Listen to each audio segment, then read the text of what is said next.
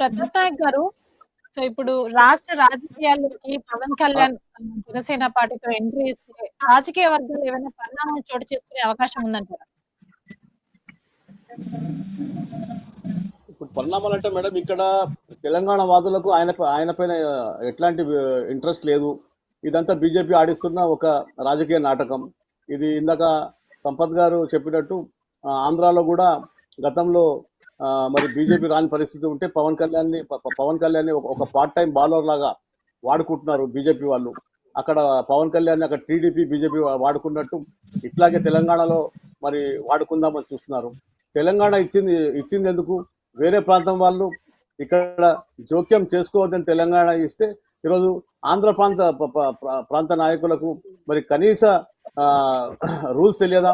ఒక రాష్ట్రం విడిపోయినప్పుడు ఒక రాష్ట్రంలో జోక్యం చేసుకోవడము ఎంతవరకు న్యాయం అనేది రూల్స్ తెలియదా?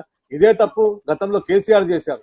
కేసీఆర్ బీఆర్ఎస్ భారతీయ రాష్ట్ర సమితి అని చెప్పేసి ఆంధ్రాలో పార్టీ పెట్టారు, మహారాష్ట్రలో పార్టీ పెట్టి ఈ రకంగా ఇలాంటి సంస్కృతిని కేసీఆర్ గారే మొదలు పెట్టారు. ఆ తర్వాత ఈరోజు పవన్ కళ్యాణ్ గారు మొదలు పెడతా ఉన్నారు. తెలంగాణ వాదం ఉంది. తెలంగాణకి ఇక్కడ సంబంధించిన అస్తిత్వాలు ఉన్నాయి. వాటిని తుంగలో తొక్కే రకంగా ఈరోజు మరి తెలంగాణ వాదుల మనోభావాలను దెబ్బతీసే రకంగా ఈరోజు పవన్ కళ్యాణ్ గారు వ్యవహరిస్తున్నారు. ఇది హీరోగా ఆయనకు ఎంత మాత్రం కరెక్ట్ కాదు. హీరోగా తెలంగాణలో ఆయనకు అందరు గౌరవిస్తారు, హర్షిస్తారు తప్ప ఒక తెలంగాణ వాదులుగా మేము వ్యతిరేకిస్తాం. ఎందుకంటే తెలంగాణ ఎన్నో వేల మంది ఆత్మ బలిదానాలతో వచ్చింది. మరి అప్పట్లో ఎన్నో గొడవలు జరిగాయి, ఎన్నో కొట్లాటలు జరిగాయి, ఎంతో మంది చనిపోయారు.